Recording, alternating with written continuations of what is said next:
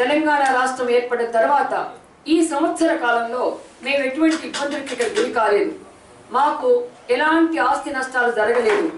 మాకు దురుసు ప్రవర్తన మేము ఎదుర్కోలేదు. ఇప్పటివరకు వాతావరణం చాలా శాంతియుతంగానే ఉంది కాబట్టి మేము తెలంగాణ రాష్ట్ర ప్రభుత్వానికి కృతజ్ఞతలు చెప్పుకుంటూ సెక్షన్ 8 అమలుని తిరస్కరిస్తున్నాం. అంతే కానీ అదే సమయంలో తెలంగాణ నాయకులంతా కూడా ఒక్క తాటి మీదకి వచ్చి సెక్షన్ 8ని రద్దు చేయమని అనటాన్ని కూడా వ్యతిరేకిస్తున్నాం.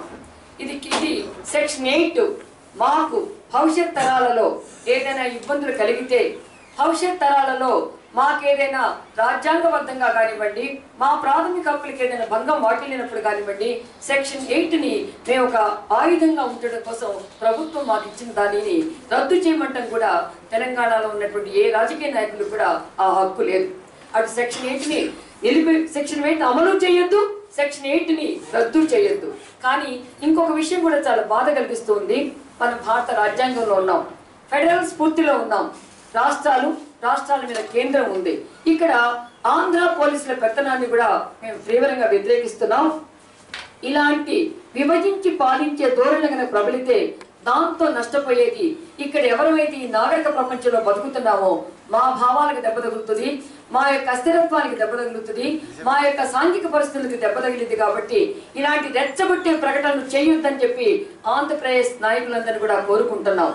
మాకు ఒక సమస్య కనుక వస్తే మొట్టమొదటి మేము గవర్నర్ దగ్గరికి వెళ్తాం, ఆ తర్వాత కేంద్రానికి నివేదిస్తాం, తర్వాత తెలంగాణ ముఖ్యమంత్రి గారికి అయ్యా నీ పరిపాలన ఇలాంటి ఇబ్బంది మాకు వచ్చింది సరిచేయండి అని అడుగుతాం. జరగనప్పుడు రండి ఆంధ్రప్రదేశ్ ముఖ్యమంత్రి గారు మీరు కూడా మనమంతా తెలుగు వాళ్ళం, అక్కడి నుంచి మేము వచ్చి సెటిల్ అయ్యాం, మాకు మీరు సహాయం చేయండి అన్నప్పుడు అడుగుతాం. అందరం కలిసికట్టుగా చేసుకుంటాం. కానీ ఇలా మేము పిలవని పేరంటంగాను వచ్చి మేము ఎవరు కూడా ఎక్కడ సమస్య ఉందని చెప్పకుండానే వచ్చి ఈ రోజు మాకు సమస్యలు సృష్టించొద్దని చెప్పి ఆంధ్ర ముఖ్యమంత్రి గారిని ఈ సెక్షన్ 8 తిరస్కరించి రేపొద్దున భవిష్యత్ తరాల్లో మాకు దెబ్బ కొట్టవద్దని చెప్పి తెలంగాణ ముఖ్యమంత్రి గారిని కూడా కోరుకుంటున్నాం. మేము తెలంగాణ పౌరులుగానే భావిస్తున్నాం, తెలంగాణ భూమిపుత్రులుగానే భావిస్తున్నాం. మేము ఈ రోజున తెలంగాణలోని అన్ని జిల్లాల్లో కూడా ఈ జిల్లాల మొత్తంలో ఒక కరీంనగర్లోనే తక్కువ శాతంలో ఉన్నాం, మిగతా జిల్లాలన్నిటి గణనీయమైనటువంటి శాతంలో ఉన్నాం. 1,20,00,000 మంది ఉన్నాం. కేవలం దీన్ని హైదరాబాద్ సమస్యగా చూడొద్దు, దీన్ని తెలంగాణ రాష్ట్రంలో ఉన్నటువంటి సెటిల్ అయినటువంటి అందరి సమస్యగా తీసుకొని విభేదాలు సృష్టించవద్దని కోరుకుంటూ మేము సపరేట్ పోలీసింగ్ వ్యవస్థ కానివ్వండి, సపరేట్ పోలీస్ స్థానాలు కానివ్వండి, ఈ రోజు ఢిల్లీలో ఆంధ్రప్రదేశ్ మంత్రులు ఉన్నారు, తెలంగాణ మంత్రులు ఉన్నారు. ఆంధ్రప్రదేశ్ ముఖ్యమంత్రి గారు ఢిల్లీకి వెళ్తారు, తెలంగాణ ముఖ్యమంత్రి గారు ఢిల్లీకి వెళ్తారు. వెళ్ళినప్పుడు ఈ పోలీసులు తీసుకెళ్తున్నారా లేకపోతే ఢిల్లీ పోలీసుల యొక్క సహాయ సహకారాల మీద రక్షణ మీద ఉంటున్నారో వీరిద్దరు కూడా ఆలోచించుకోవాలి.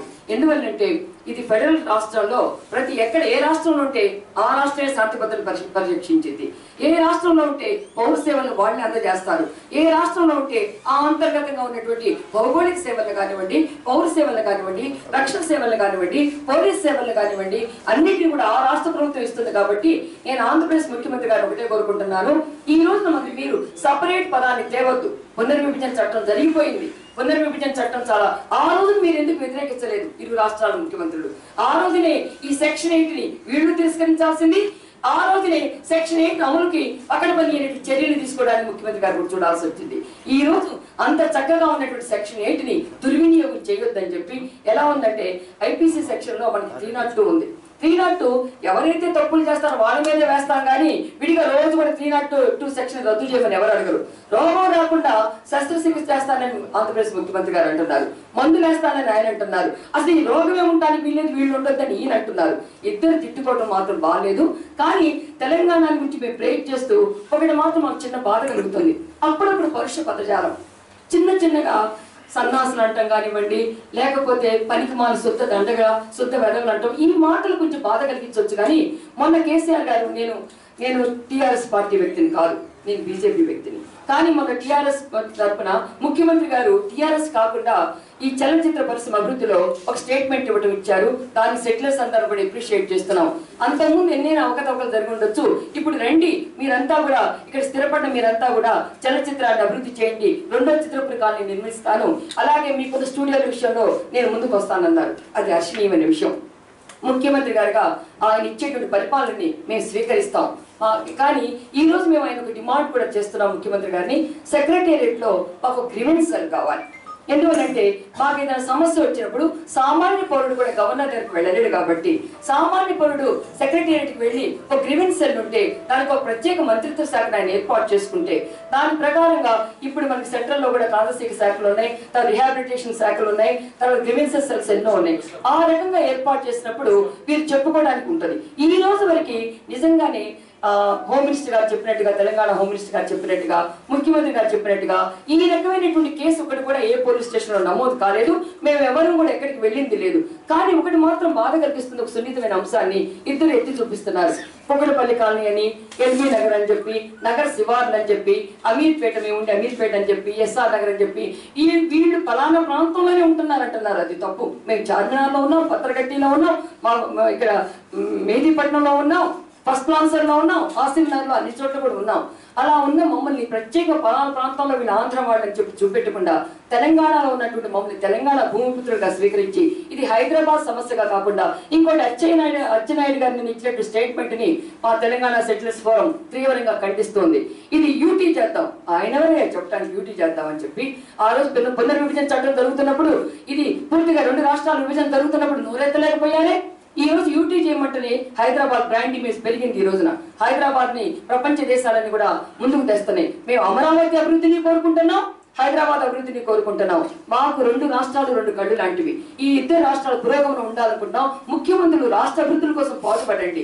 ఈ రాష్ట్రంలో తెలుగు ప్రజలని ఆశీర్వదించండి. 2 రాష్ట్రాల్లో 2 రాష్ట్రాల్లో తెలుగు ప్రజల యొక్క అన్ని సమస్యల్ని నివారించడంలో అభివృద్ధి పదంలో మీరు ముందుకు పోటీ పడండి. కానీ మా విషయాన్ని తీసుకొని ఎవరు కూడా ఈ గొడవలు చేయొద్దని చెప్పి సెక్షన్ 8 విషయం మాత్రం ఎవరు ఎత్తడానికి వీలు లేదని చెప్పి, ఇంకేదైనా సమస్య ఉంటే ఈ రోజు కొత్త సమస్య పెట్టుకున్నారు, నిధుల గురించి మీరు పెట్టుకోండి, లేదా నదీ జలాల గురించి ఆలోచించుకోండి, ఇంకేదైనా ఆలోచించుకోండి. సెక్షన్ 8 పేరుతో సీమాంధ్రులు చంద్రబాబు తొత్తు కాదు, అలాగే సీమాంధ్రులు కేసీఆర్ గారికి వ్యతిరేకమూ కాదు.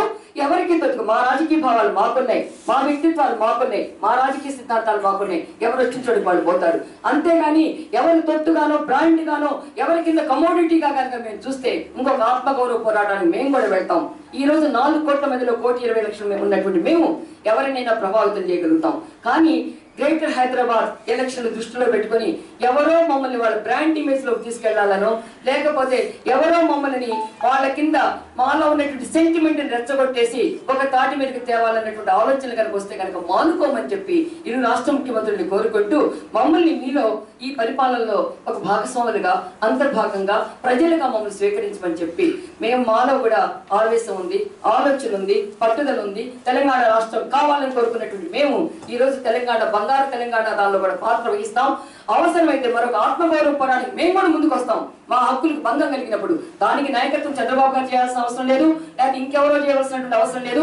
ప్రజలే నాయకులు అవుతారు. ప్రజా సమస్యలతో తెలంగాణ రాష్ట్రం ఎట్టేర్పడిందో అలాగే మా హక్కులు